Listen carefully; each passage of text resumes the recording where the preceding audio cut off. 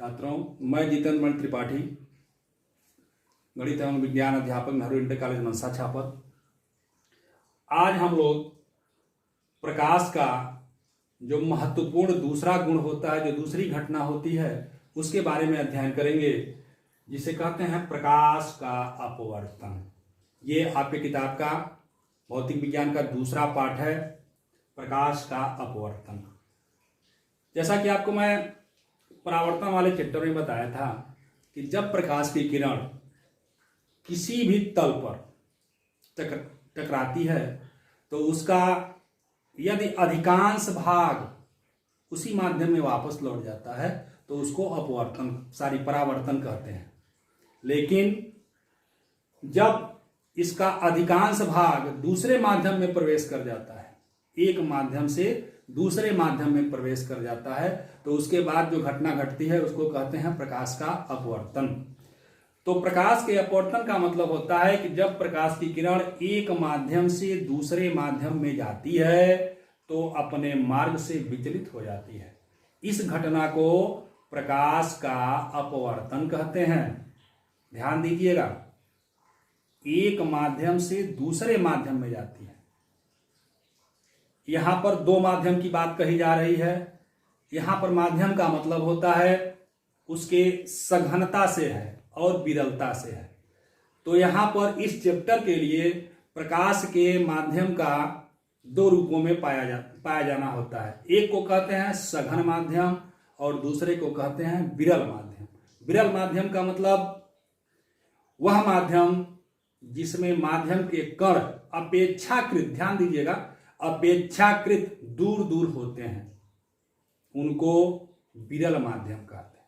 विरल का मतलब ही होता है दूर दूर, जैसे हवा, निर्वात, ये सब विरल माध्यम माने जाते हैं।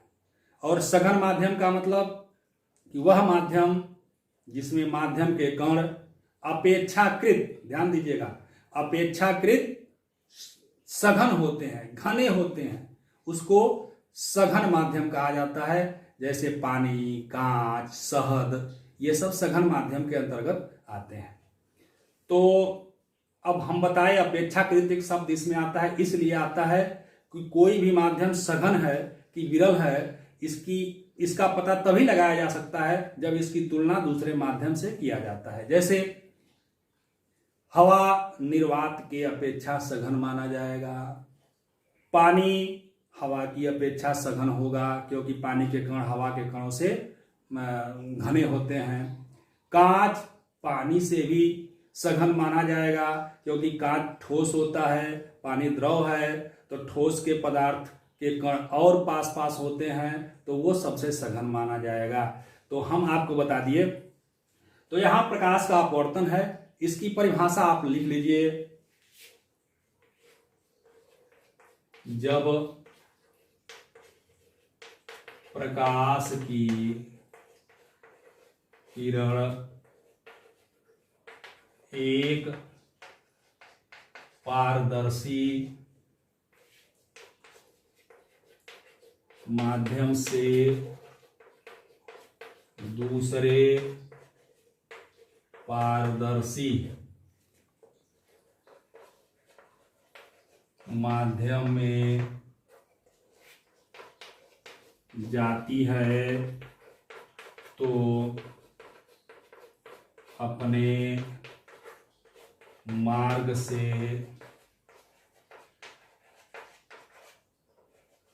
विचलित हो जाती है। इस घटना को प्रकाश का अपवर्तन कहते हैं। इसमें अब ध्यान देने वाली बात यह है कि प्रकाश के अपवर्तन की घटना कहां से होती है। एक माध्यम से जब प्रकाश की किरण दूसरे माध्यम में जाती है तो ये अपने मार्ग से विचलित कहां से होती है, तो मैं आपको इसको एक फिगर से बता रहा हूं। छात्रों, यहां मान लीजिए यह एक माध्यम है और ये दूसरा माध्यम है। हम जो पहला माध्यम है जिसको एक माध्यम लिखे हैं, इसको विरल मान लेते हैं, हवा मान लिया जाता है। दूसरे को हम सघन मान लेते हैं, कांच मान लेते हैं। दोनों पारदर्शी माध्यम है, कहीं उसमें दिक्कत नहीं। एक हम अभिलंब पहले खींच देते हैं, इसको अभिलंब कहा जाता है। ये ध्यान दीजिएगा, ये तल है। जब प्रकाश की किरण इस तल से टकराती है तो कुछ नियमों का पालन करती है। जब प्रकाश के अपवर्तन की घटना घटती है तो ये कुछ नियमों का पालन करते हुए दूसरे माध्यम में प्रवेश करती है, जिसको मैं अभी आगे बताऊंगा, यहां नहीं बता रहा हूं। तो ये दूसरे माध्यम में जब प्रवेश करती है तो अभिलंब की तरफ थोड़ा झुक जाती है। तो ये अपवर्तन की घटना, ये इस माध्यम, जो यह माध्यम है, ये एक ऐसा तल है जो दो माध्यमों को अलग अलग बांट रहा है। तो ये घटना इसी सतह से शुरू हो जाता है। इसी सतह से प्रकाश का अपवर्तन शुरू हो जाता है। तो प्रकाश की सारी किरणें इस माध्यम में प्रवेश नहीं करती हैं। कुछ किरणों का यहां पर परावर्तन भी होता है, जिसको कहा जाता है आंशिक परावर्तन। और चूंकि अधिकांश किरणें अपवर्तित हो रही हैं, इसलिए हम इसको अपवर्तन मानते हैं। यदि अपवर्तन कुछ किरणों का ही अपवर्तन होता तो हम इसको आंशिक अपवर्तन मानते हैं और यहां पर परावर्तन की घटना होती। तो फिलहाल हम लोगों के यहाँ अपवर्तन के बारे में ही पढ़ना है। तो यह एक ऐसा सतह है जो दो माध्यमों को अलग करता है, एक विरल माध्यम और एक सघन माध्यम। तो इस माध्यम से ज्यों ही प्रकाश की किरण टकराती है तो प्रकाश के अपवर्तन का नियम का पालन करते हुए दूसरे माध्यम में ये प्रवेश कर जाती है, घुस जाती है। यहां भी मित्रों, जो किरण एक माध्यम से दूसरे माध्यम की ओर जाती है उसको आपतित किरण कहते हैं। इस सतह के लंबवत जो रेखा खींची गई है इसको अभिलंब कहते हैं,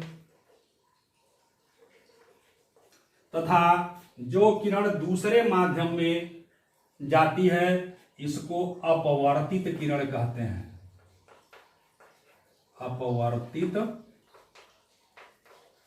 किरण कहते हैं।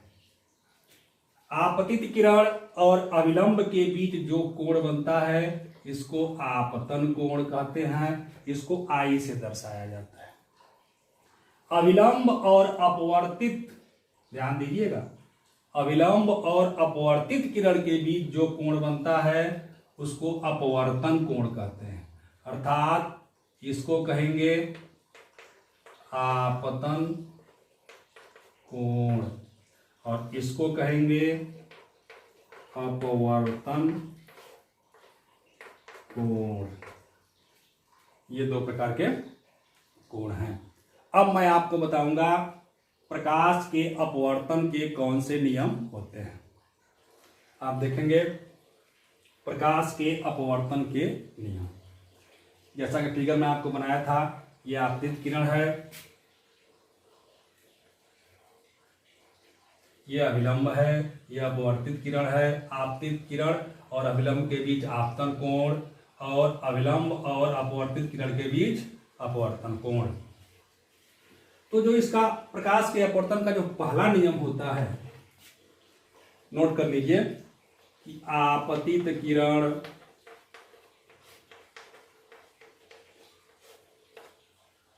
अभिलंब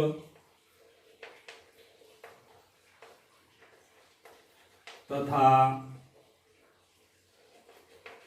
अपवर्तित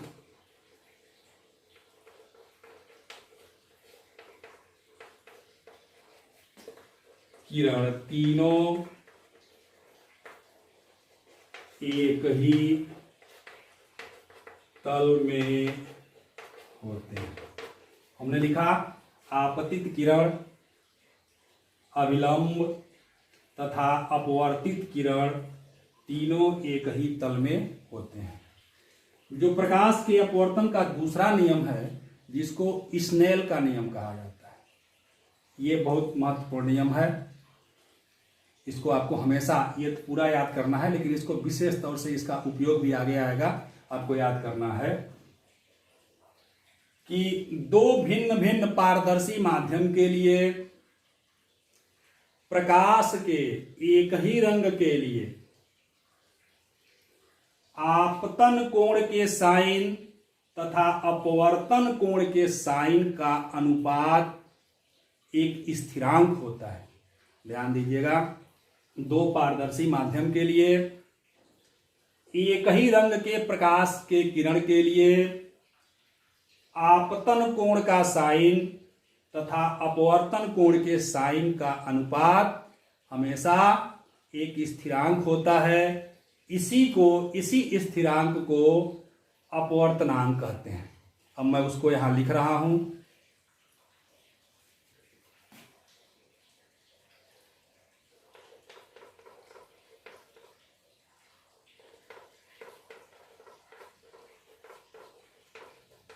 दो विभिन्न माध्यम के लिए तथा एक ही रंग के प्रकाश के लिए आपतन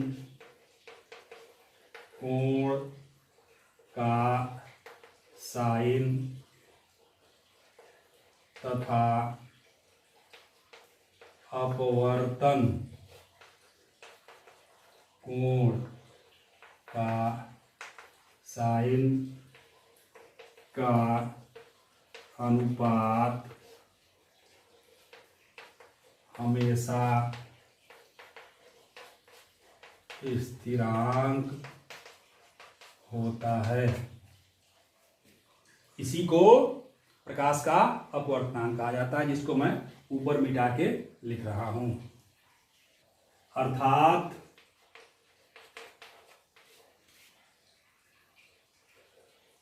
साइन आई बटे साइन आर बराबर, कहीं कहीं किसी किसी किताब में इसको म्यू से दर्शाया जाता है, यहां पर दर्शाया गया है एन से।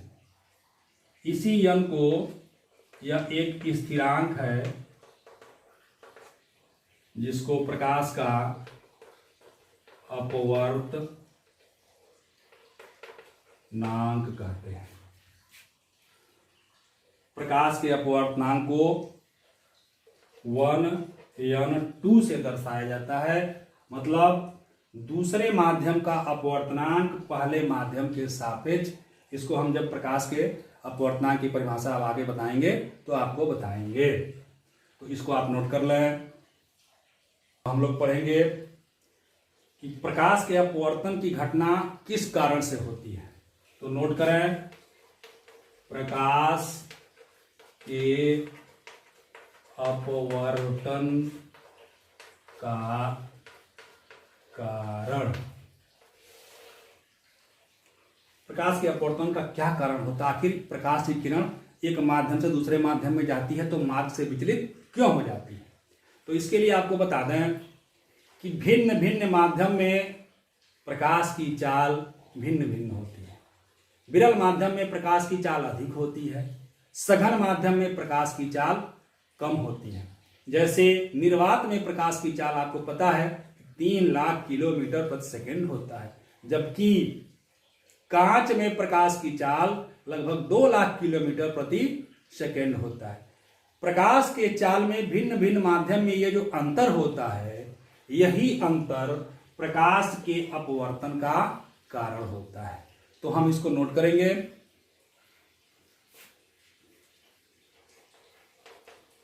प्रकाश के अपवर्तन का कारण प्रकाश के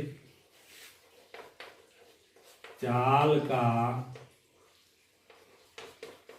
भिन्न माध्यम में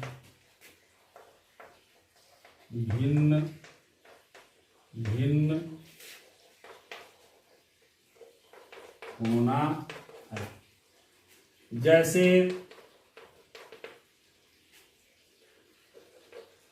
हवा या निर्वात में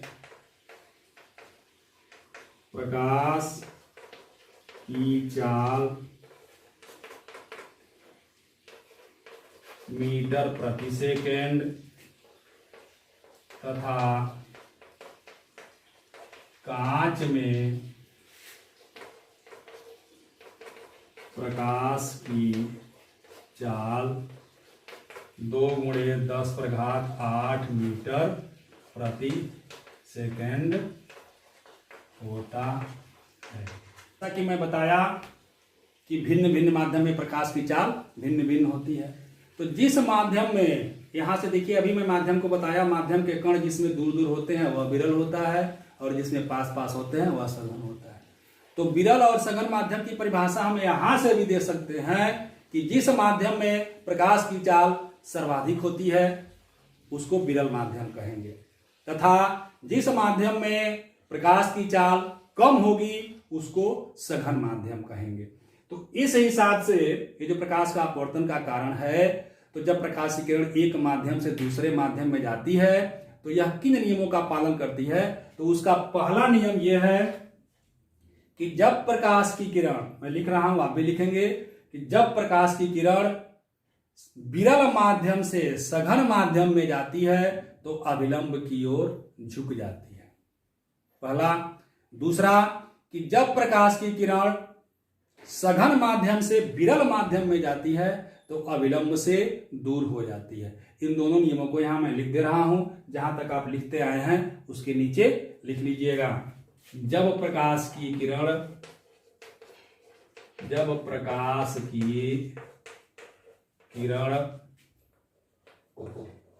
सघन माध्यम से विरल माध्यम में जाती है तो अभिलंब से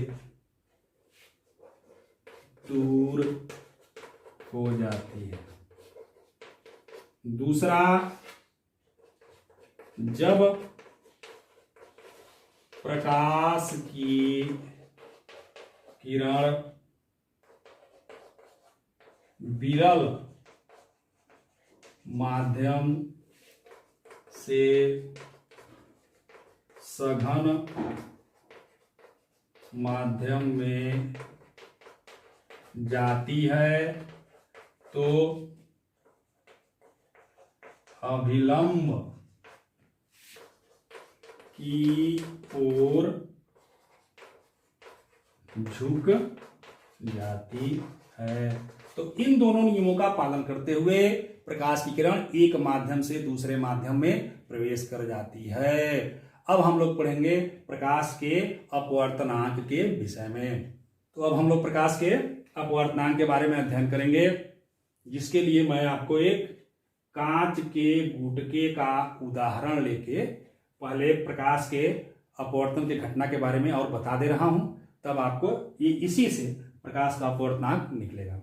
तो आप देखें, ये कांच का गुटका है, ये सघन होगा, ये है कांच, इसके बाहर चारों तरफ हवा है, ये अभिलंब हमने खींच दिया है, ये आपतित किरण है, तो ये विरल माध्यम है, ये सघन माध्यम है। तो जब विरल माध्यम से प्रकाश की किरण सघन माध्यम में प्रवेश करती है तो अभिलंब की ओर झुक जाती है। इस सतह पर प्रकाश के अपवर्तन की घटना, यहां पर ये आई हो जाएगा और यहां पर ये आर हो जाएगा। यहां आप देखेंगे कि इस सतह पर प्रकाश की किरण जब विरल से सघन में प्रवेश की तो अभिलंब की ओर झुक जाती है। पुनः इस सतह पर क्या होगा, कांच के टुकड़े के दूसरे सतह पर क्या होगा, यहां पर भी हम एक अभिलंब खींचेंगे प्रकाश की किरण। अब यहाँ ये प्रकाश की किरण जिसको ये आपतित किरण कहलाती है, आपतित किरण कहलाएगी। और ये कांच के गुटके के अंदर ये किरण अपवर्तित किरण कहलाएगी, अपवर्तित किरण कहलाएगी। अब यहां पर देखिए ये अभिलंब खींच दिया गया, ये सघन माध्यम है, इसके बाहर हवा है तो ये विरल माध्यम है। तो यहां जब सघन माध्यम से विरल माध्यम में प्रकाश की किरण जाएगी तो ये अविलंब से दूर हट जाएगी। तो इसके लिए ये आई हो जाएगा अर्थात आपतन कोण हो जाएगा और ये अपवर्तन कोण हो जाएगा। तो इसको R1 मान लिया जाए तो ये R2 हो जाएगा, इसको I1 मान लिया जाए तो ये I2 हो जाएगा। और यह किरण आपतित किरण है, ये अपवर्तित किरण है, तो इस किरण को निर्गत किरण कहा जाता है, निर्गत किरण कहा जाता है। अब यहां पर बंधुओं हमको अपवर्तनांक निकालना है। जैसा कि अभी आपको इसके पहले मैं बताया हूं कि 1n2 अर्थात दूसरे माध्यम का पहले माध्यम के सापेक्ष अपवर्तनांक बराबर होता है साइन आई बटे साइन आर। यहां पर अगर मान लीजिए कांच का अपवर्तनांक हवा के सापेक्ष अगर निकाला जा रहा है तो यह सूत्र काम करेगा। अब हम देखेंगे, अभी आपको बताए कि भिन्न भिन्न माध्यम में प्रकाश की चाल भिन्न भिन्न होती है। तो ये हो जाता है पहले माध्यम में प्रकाश की चाल बटे दूसरे माध्यम में प्रकाश की चाल। तो दूसरा माध्यम कांच है, पहले माध्यम हवा है। अभी आपको हम बताएं कि हवा में प्रकाश की चाल होती है 3 × 10⁸ मीटर प्रति सेकेंड। और दूसरा माध्यम कांच है, तो कांच में प्रकाश की चाल होती है 2 × 10⁸ मीटर प्रति सेकेंड। इस हिसाब से ये आएगा 1.5। तो चूंकि यही अपवर्तनांक होता है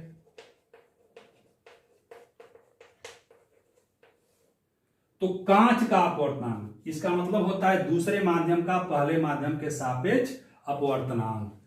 तो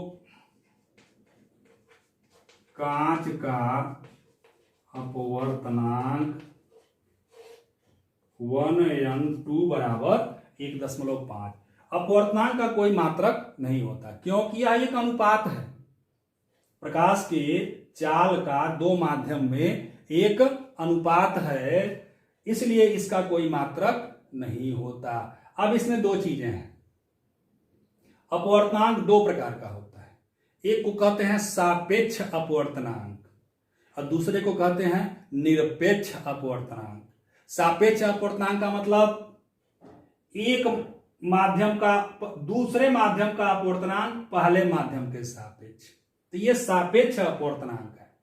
लेकिन इसमें यदि पहला माध्यम निर्वात हो जाता है तो उसको कहते हैं निरपेक्ष अपवर्तनांक। तो आप इसके बाद चाहें तो नोट कर लें। तो आपको बता रहे हैं सापेक्ष अपवर्तनांक, दूसरे माध्यम का अपवर्तनांक पहले माध्यम के सापेक्ष को सापेक्ष अपवर्तनांक कहते हैं। जैसे कांच का अपवर्तनांक जल के सापेक्ष, जल का अपवर्तनांक हवा के सापेक्ष। इस तरह से जो भी दो माध्यम लिए जाएंगे तो दूसरे का अपवर्तनांक पहले के सापेक्ष सापेक्ष अपवर्तनांक ही आता है।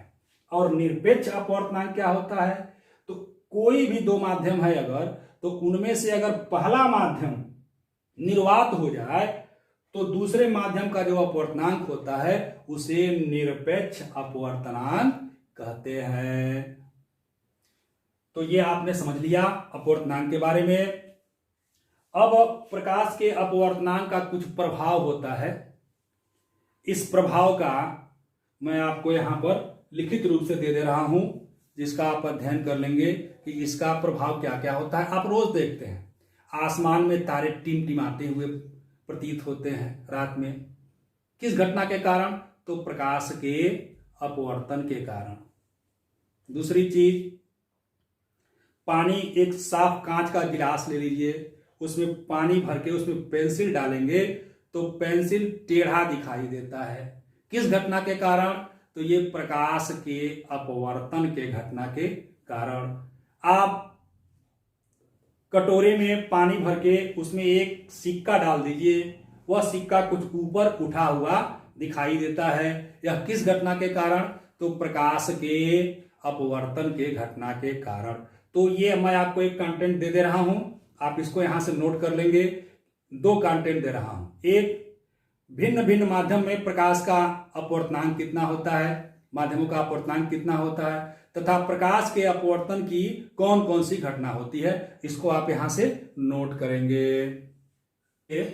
अपवर्तन से संबंधित दो हेडिंग आपको और बताने जा रहा हूं। एक होता है क्रांति कोण और दूसरा होता है पूर्ण आंतरिक परावर्तन।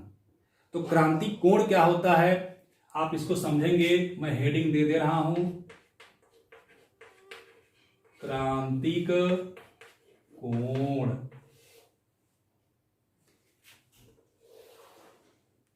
देखिए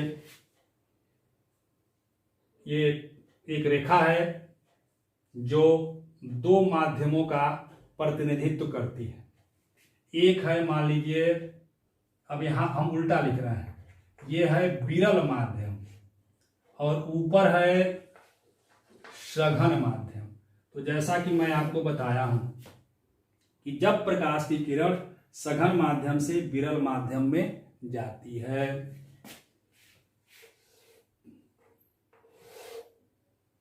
तो सघन माध्यम से विरल माध्यम में जाएगी, ये है अभिलंब, ये किरण है। तो जब सघन से विरल में जाती है तो अविलंब से दूर हट जाती है। ध्यान दीजिएगा, ये होता है आपतन कोण और ये होता है अपवर्तन कोण। आपतन कोण, अपवर्तन कोण। कल्पना करिए कि जैसे जैसे हम आपतन कोण को बढ़ाते जाएंगे अपवर्तन कोण भी बढ़ता जाएगा।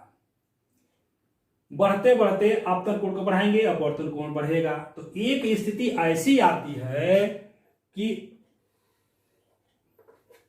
आपतन कोण के एक मान के लिए यह रेखा अपवर्तित किरण जो है ये ठीक इस तल पर पड़ जाती है, अर्थात ये पूरा अपवर्तन कोण 90 अंश का हो जाता है। तो ये स्थिति जो होती है ये क्रांतिक कोण की स्थिति कहलाती है, अर्थात आपतन कोण का वह मान जिसके लिए अपवर्तन कोण का मान ठीक 90 अंश हो जाता है उसे क्रांतिक कोण कहते हैं। ध्यान दीजिएगा, आपतन कोण का वह मान जिसके लिए अपवर्तन कोण का मान ठीक 90 अंश हो जाता है उसे क्रांतिक कोण कहते हैं। ये तो क्रांतिक कोण हो गया। दूसरी चीज, अब मान लीजिए इसको थोड़ा सा और बढ़ा दिया जाए। जब इसको हम थोड़ा सा और बढ़ा देंगे तब क्या होगा कि ये किरण इस रेखा से जो दोनों तल के को अलग करती है इससे ऊपर उठ जाएगा। उस स्थिति में सघन माध्यम से किरण आ रही है और फिर सघन में चली जा रही है। इसका मतलब यहां पर इसका अपवर्तन न होके परावर्तन हो जा रहा है, तो इस घटना को कहते हैं पूर्ण आंतरिक परावर्तन। मतलब अंदर से अंदर ही परावर्तन, सघन से सघन में ही परावर्तन, इस घटना को कहते हैं पूर्ण आंतरिक परावर्तन। मित्रों, ये पूर्ण आंतरिक परावर्तन बहुत महत्वपूर्ण है।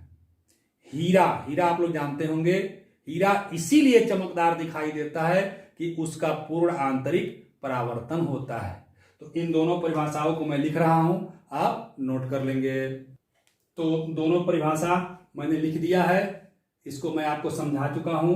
क्रांतिक कोण, आपतन कोण का वह मान जिसके लिए अपवर्तन कोण ठीक 90 अंश होता है, क्रांतिक कोण कहलाता है।